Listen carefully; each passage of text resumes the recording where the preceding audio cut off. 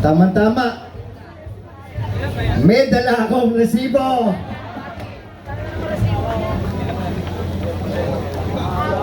Akalain ninyo kung gaano kahaba itong resibo na ito? Kaninong resibo ito?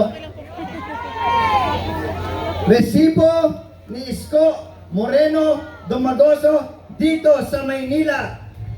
Ipaglaban po natin, ibalik natin ang ningning ng Maynila. Dahil sa haba po ng listahan ito, kailangan na natin ibalik at bigyan ng pagkakataon muli ang ating susunod na Mayor Isko Moreno Dumagoso. Sabihin ninyo, linuloko ko kayo, ibibigay ko ito sa inyo. Basahin ninyo kung gaano kahaba ang resibo ni Isko Moreno. At syempre, nandito yung kanyang team, ang ating Vice Mayor, Chi Atienza, palapakan po natin.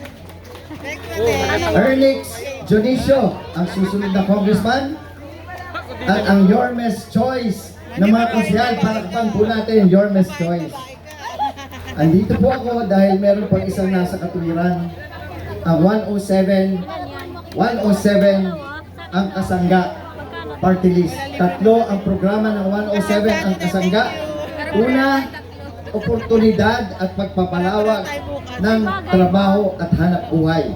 May resibo na rin po si George Royeca, Mr. Angkas ng Angkasangga Party List. Siya po ay nagbigay ng hanap buhay sa 50,000 riders.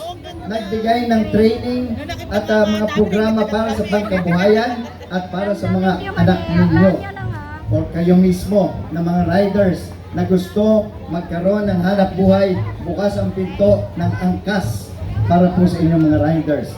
Oportunidad sa hanap buhay, check po ba yan? Check! Aangkas ba kayo dyan? 107 ang kasangga party list.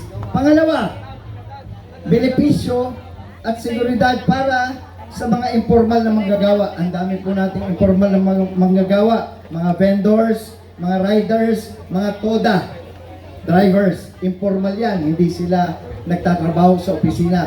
Bigyan natin ng seguridad, bigyan natin ng SSS, PhilHealth at Pag-ibig coverage. May resibo na rin si George Royeca dyan. Ipaglaban natin ang informal na manggagawa. Check po ba yun? Aangkas kayo? 107 ang kasangga party list. At pangatlo, katiyakan sa pamamasada. Sa ating mga riders, sa ating mga TODA, kailangan ligtas tayo sa pamamasada, ang driver at ang pasahero. Kaya't may resibo na rin si George Royeca, nagbibigay ng accident insurance para sa ating mga riders at bibigyan din ng ating mga TODA. Katiyakan sa pamamasada, check po ba yan? Aangkas kayo? 107 ang kasangga party list. Tatlong programa, oportunidad sa hanap buhay, ipaglalaban ang informal na manggagawa, katiyakan sa pamamasada ng driver at mga pasahero. Tatlong programa na tunay na nasa katwiran. At kapag nasa katwiran, ipaglaban po natin. 107 ang kasangga party list. Mabuhay po ang Maynila, mabuhay po ang Yormes Choice. Ipaglaban po natin. Maraming salamat po sa inyo lahat. At sa pagkakataon po ito, panoorin po natin ang video ng bagong liwanag ng lungsod ng Maynila, Vice Mayor Chi Atienza. Simula nang namulat ako dito sa mundong ibabaw, naging gagawian na ng aking pamilya na tumulong sa aking kapwa. Noong mga panahon na ako'y lumalaki, dinala ko ng aking ama sa Manila City Jail at niya sinabi sa akin na kailangan ibigay ko ang buhay ko sa magtulong sa ating mga kababayan. Kaya namulat po ako doon, mga panahon na yun, doon ko na kita na meron pala akong mission dito sa mundong ibabaw. Kaya pagkatapos nun, binigay ko po ang aking puso bilang isang misyonaryo na tumutulong diretso sa tao. Naging aktibo po ako sa mga organisasyon kagaya ng Youth for Christ, Divine Mercy Community, para makagawa ng missionary work sa Hindunan. Noong ako po ay nasa kolehiyo, ang pinili ko pong kurso ay Political Science major in Governance. Dahil gusto ko po nung mga panahon na ngayon maintindihan kung ano ba ang good governance o magandang pamamalakad sa gobyerno. Dahil naniniwala ako, importante pa rin na meron tayo isang gobyerno na kaalalay at nakasuporta sa mga mamamayan. Noong ako po ay naging isang broadcast journalist sa television, doon ko po narinig ang totoong mga hinaing ng ating mga kababayan. Ang mga sektor ng lipunan na para sa akin matagal nang hindi nabibigyan ng boses. Bilang isang mamamahayag, hindi ko lang narinig ang mga hinaing ng ating mga kababayan. Hindi kasama nila, nakita ko ang hirap na dinanas nila. Dahil namulat na ako at ang aking puso sa mga pinahinatna ng ating mga kababayan, mahirap na akong tumigil. Ang mga sektor ng ating mga nakatatanda, ang aming mga lolo at lola, nanay at tatay. Nakita ko po ang hinaing ninyo na gusto niyo isang gobyerno na nakaalalay ng suporta. Ang ating mga kababayan na may kapansanan, mahirap mabuhay na may kapansanan. Kaya importante na sensitibo ang gobyerno sa inyong mga pangangailangan para kayo ay mamuhay ng sapat at tapat sa ating puso. Ang Muslim community na siyang naghahangat at kapag kayo ay nagsasamba ng 5 beses sa araw, na kayo ay makapagdasal ng taimtim sa isang espasyo sa mga kapublikong lugar para naman sa mga magulang, especially ang mga school parents.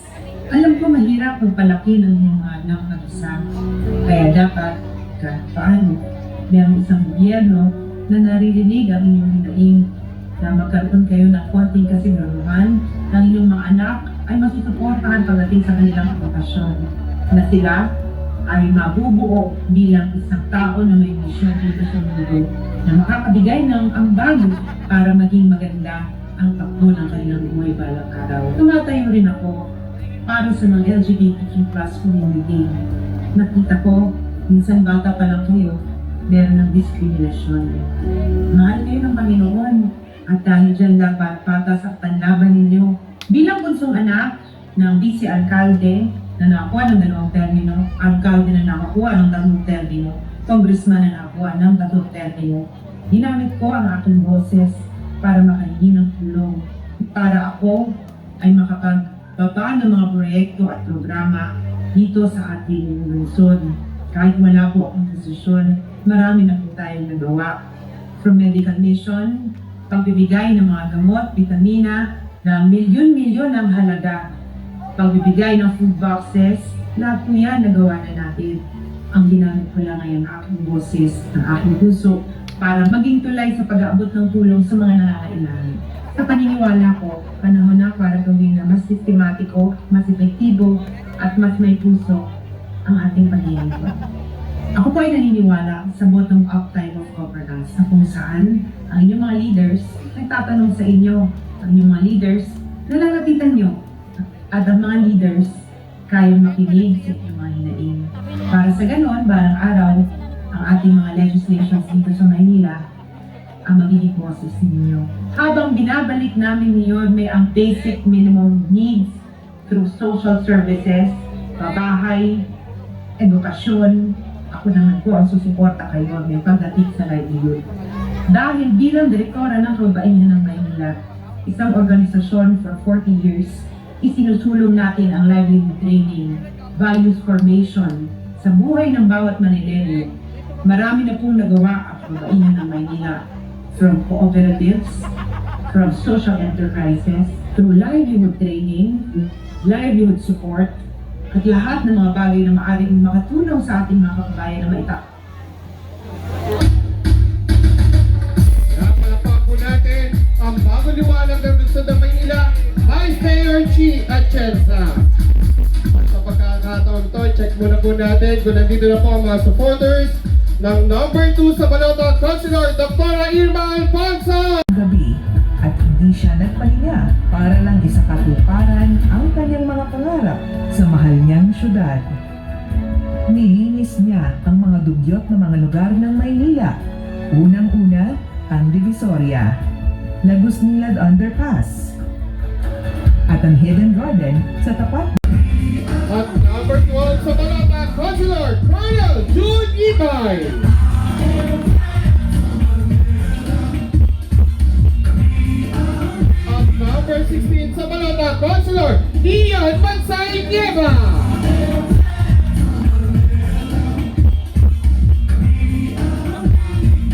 Muli, Distrito 1, palakpakan po natin ang ating mga Your Best Choice!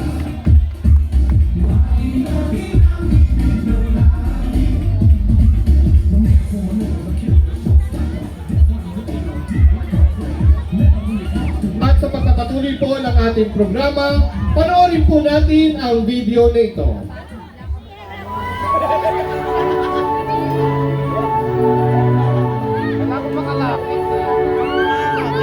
Let's make Manila great again.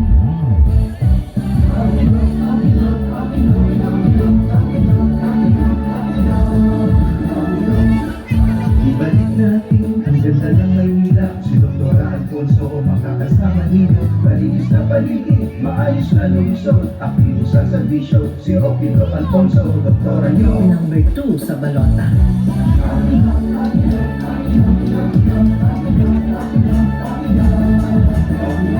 Ako po si Dr. Irma C. Alfonso. Mula noon hanggang ngayon, subok na sa serbisyo. Sa loob ng konseho, naging boses ninyo. Kalusugan at edukasyon, yun po ang lagi kong pinatutunan. Doktora ng bayan mula Distrito Inom, si Dr. Alfonso, uring na batang tundo. May malasakit sa iyo, dapat hindi nanloko. Si Dr. Alfonso, isang mabuting tao, doktora nyo. Number 2 sa balota.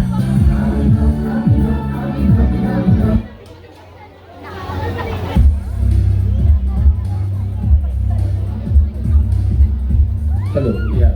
Kasalukuyan naglilingkod at tunay na maasahan, lalo na sa serbisyong medikal. Ang boses ng tondo sa konseho, ang doktora ng bayan, ang Your Best Choice. Number 2 sa balota, Konsihana, Doktora Irma Alfonso.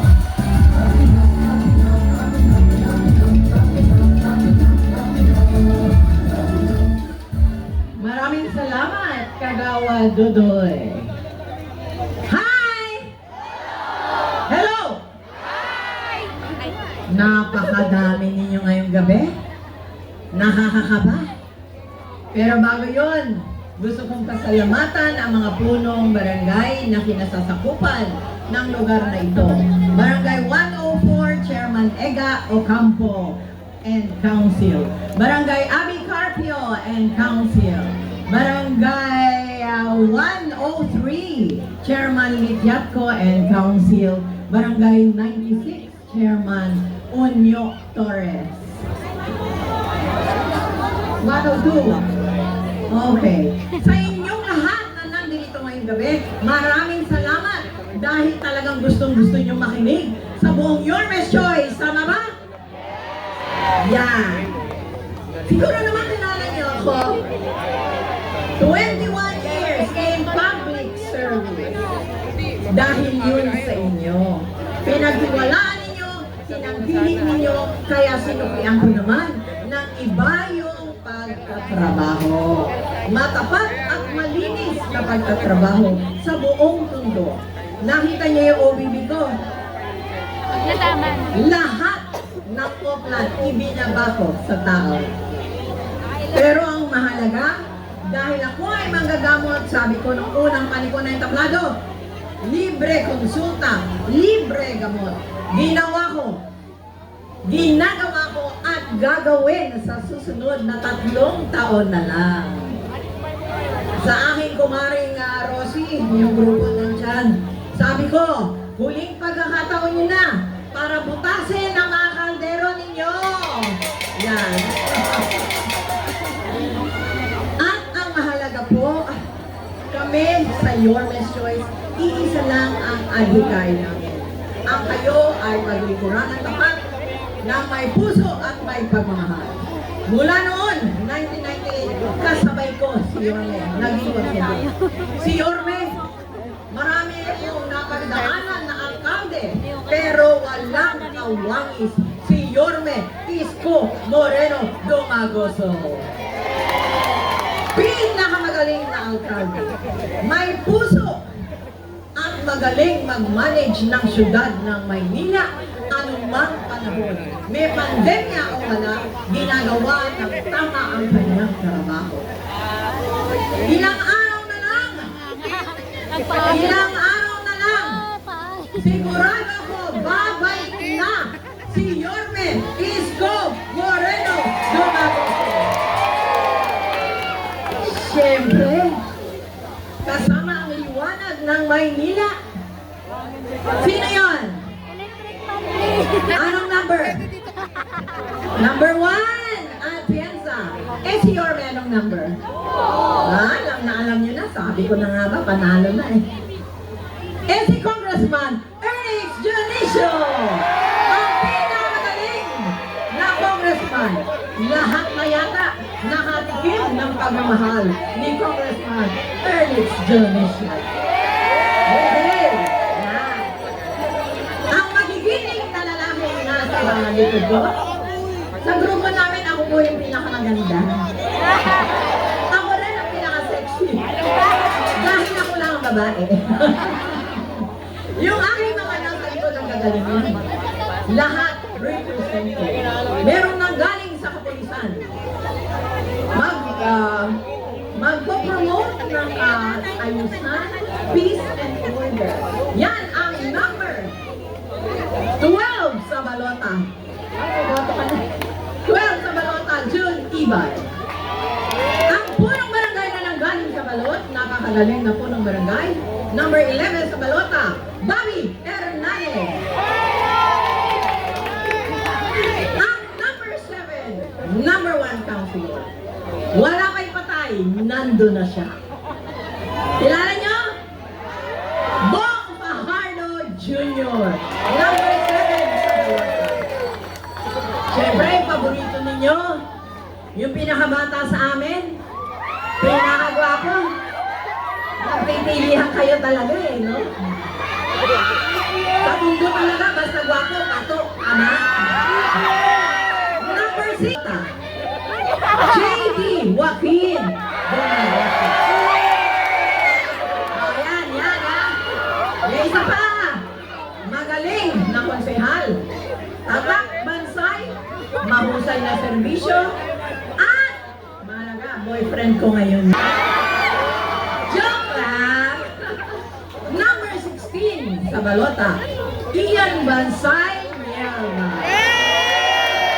Siyempre naman, huli na lang ako. Ibigay nyo na sa akin ang aking diplomang pinakahinit-hinit. Dr. Alfonso po, number 2 sa balota. Maraming salamat. Magandang gabi. Manila!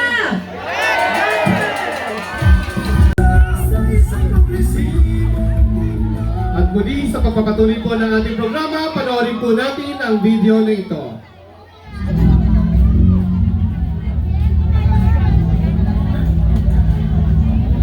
Sino tong si Jesus Tagapahado Jr.? Si Konsehal Jesus Tagapahado Jr. Siya yung konsehal ng serbisyong yamado ang tao. Tuloy-tuloy yung paglilingkod niya simula ng una. Hindi tumigil, walang nakapigil. Makakasalubong mo siya sa kalsada, kung saan mo siya makikita. Kahit saan lugar, sa liblib, o sa pinakasulok-suluhan, kanyang pinupuntahan para lang ang bawat isa ay mapagsilulan. Ngayon ako ang kakagulala mo sa kanya. Hindi siya mahirap lapitan, tunay na maaasahan. Hindi kung kahit text lang, agad kanyang babalikan. Umulan, umaraw, may kita mong nagtatrabaho. Kahit hindi mag-eleksyon, ramdam mo ang servisyo. Nakikirami siya sa pamilya ng mga naulila. Halos gabi-gabi niya itong ginagawa. Hindi siya nagkakait sa mga taong may sakit. Dinadalaw niya ito kahit sa liyo. Mahal niya ang mga lola at lola. Binibigyan niya ito ng pagkakaalala. Libre mo din magagamit kay Benji. Libre driver, libre toll fee, libre gasolina, saan man lugar o probinsya, pwede mong madala.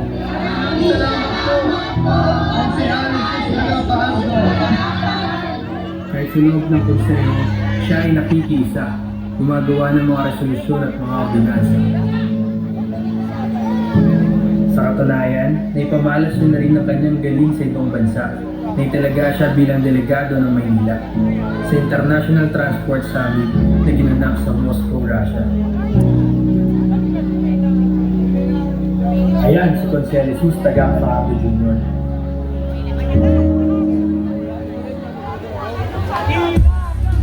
ang dating mahusay na konsehal taga Pahardo, ang may paninindigang konsehal sa kanyang tapat na serbisyo, tayo ay yamado. Ang proud taga Tondo, ang Yormes Choice. Number 7 sa balota, Konsehal Jesus taga Pahardo Jr.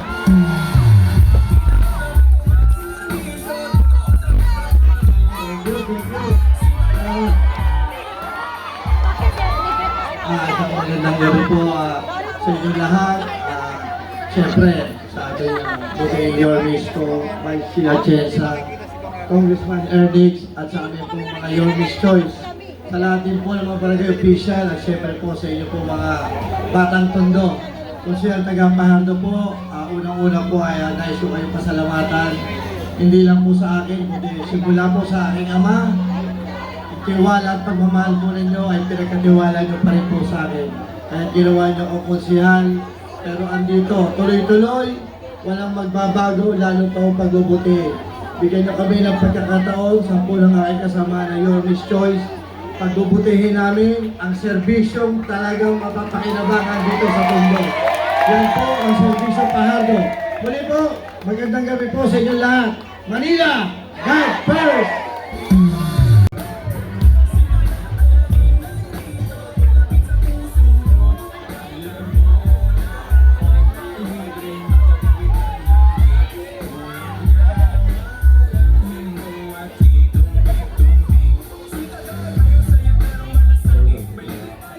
Maraming salamat po, palakpakan po natin ang proud taga Tondo, number 7 sa balota, Konsehal Jesus taga Pahardo Jr.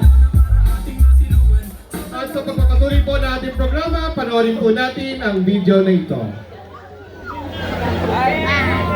Ako nga pala si Punong Barangay at Direktor. Yan ay maglilingkod sa Distrito 1, number 11 sa balota, Konsehal Director Bobby Hernandez. Alagad ng batas, Colonel June Ibay. Isa po sa mga mahusay ng kapitan ng barangay, Chairman Bobby Hernandez. Ang ating po nangungunang konsel, napakasibag po, Konsehal Bong taga Pahardo Jr. Ang anak ng ating Yorme, alam niyo po, yung pagmamala pinagkaloob po kay Yorme, yun po yung anak naman po niya, ang kanyang harap para kayo po ipaglingkuran. Ano po, pagkakataon na po, nagkaharap na kami tatlo para malaman yung totoo yung sinasabi ko. At meron din po tayong Doktora Irma Alfonso.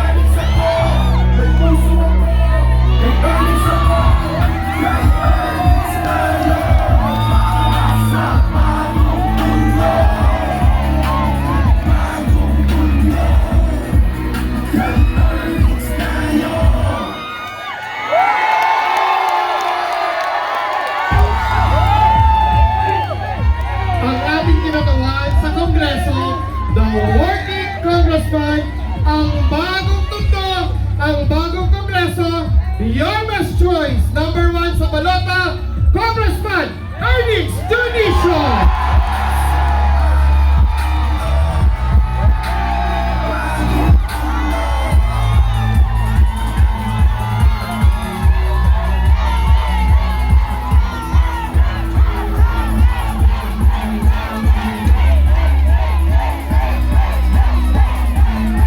Thank you.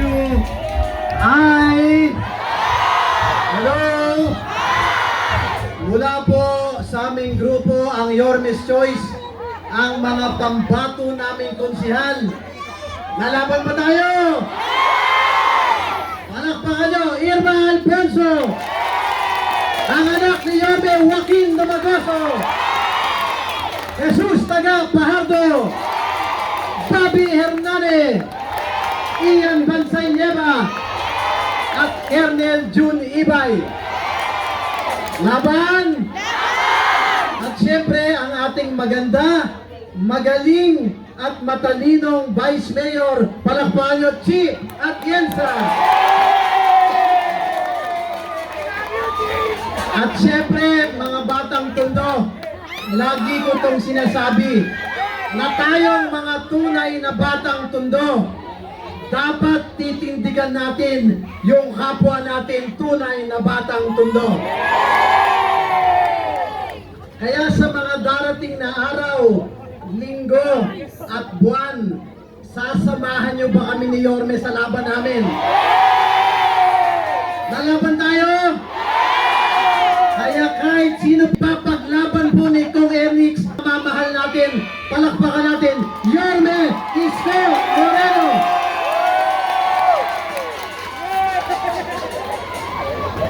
Parang may nanalo na. Hindi. Sa totoo lang, mga batang Tondo, wala talagang makakapantay sa nag-iisang minamahal natin. Muli, Yorme Isko Moreno. At syempre, ako naman po ang inyong congressman na unang-una nagpapasalamat ako sa inyong lahat. Sa totoo lang, wala pong Congressman Ernix kung wala ang mga batang Tondo. Kaya maraming salamat po.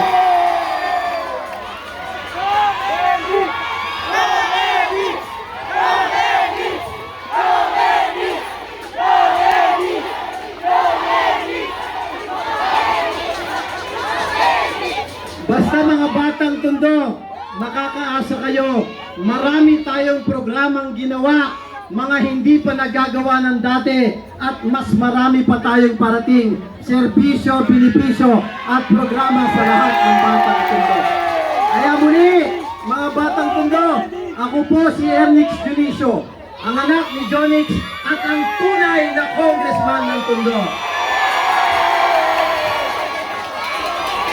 Makakaasa po kayo na maglilingkod ako ng tapat-sapat at sobra-sobra pa, na laging may takot sa Diyos at buong kababaang loob, magsisilbi ako para sa lahat ng batang Tondo.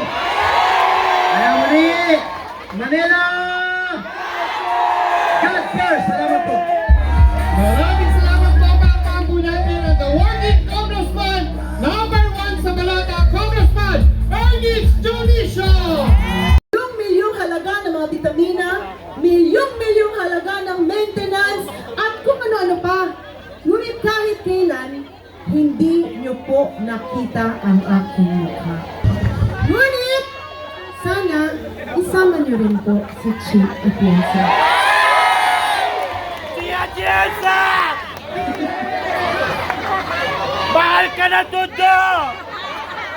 Ang trabaho po ng Vice Alcalde ay maging presiding officer, maging ina ng konseho, gumawa ng mga programa at polisiya na dapat angkop sa nangangailangan nyo. Kaya kung kayo ay maghahanap ng Vice Alcalde, kailangan maghanap kayo ng isang tao na tatayuan at ipaglalaban ang boses nyo. Si Atienza!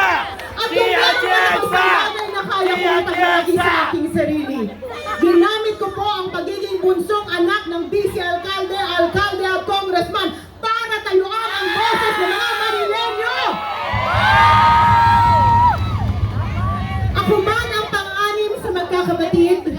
Alam ko, bata pa lang ako na ang hinubog ng aking ama para ipagpatuloy ang mga nasimulan niya dito sa Maynila. Ang aking ama ay naging isang magaling na Vice Alcalde. Isang Vice Alcalde na may integridad, na umalalay sa kanyang alkalde. Kaya Tondo, makakaasa kayo na balang araw susuportahan ko ng buong buo si Yorme Isko Moreno Dumagoso!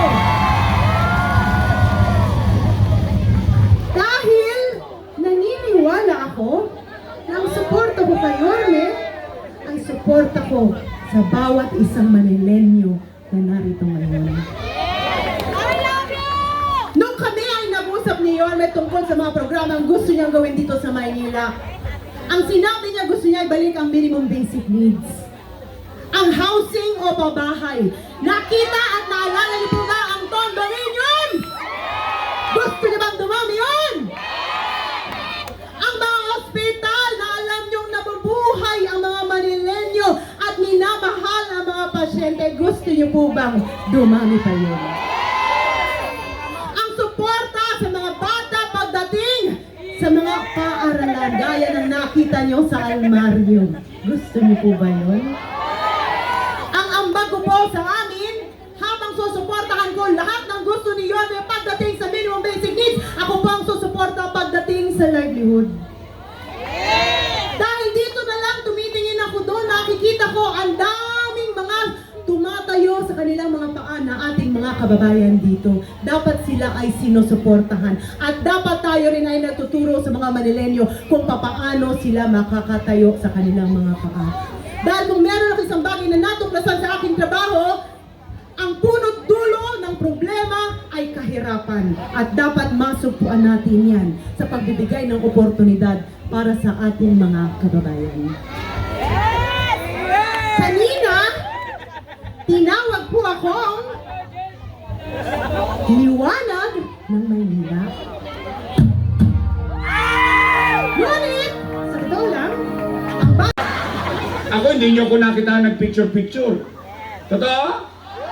Kaya nga swerte yung mga barangay chairman nyo eh. Swerte yung mga kagawad nyo. Tanungin nyo sila ng pandemya. Wala nang budget ang barangay. Wala na! First quarter pa lang, nabali na nila. Bakit? Nagkakagulo na ang mundo. O ano nangyari sa barangay? Tagahatid ng putback sa bawat bahay ng kanilang barangay. Tama mali? Kaya pag ang chairman nyo, nandun sa ate ko, isa lang ang itanong nyo, magkano JO?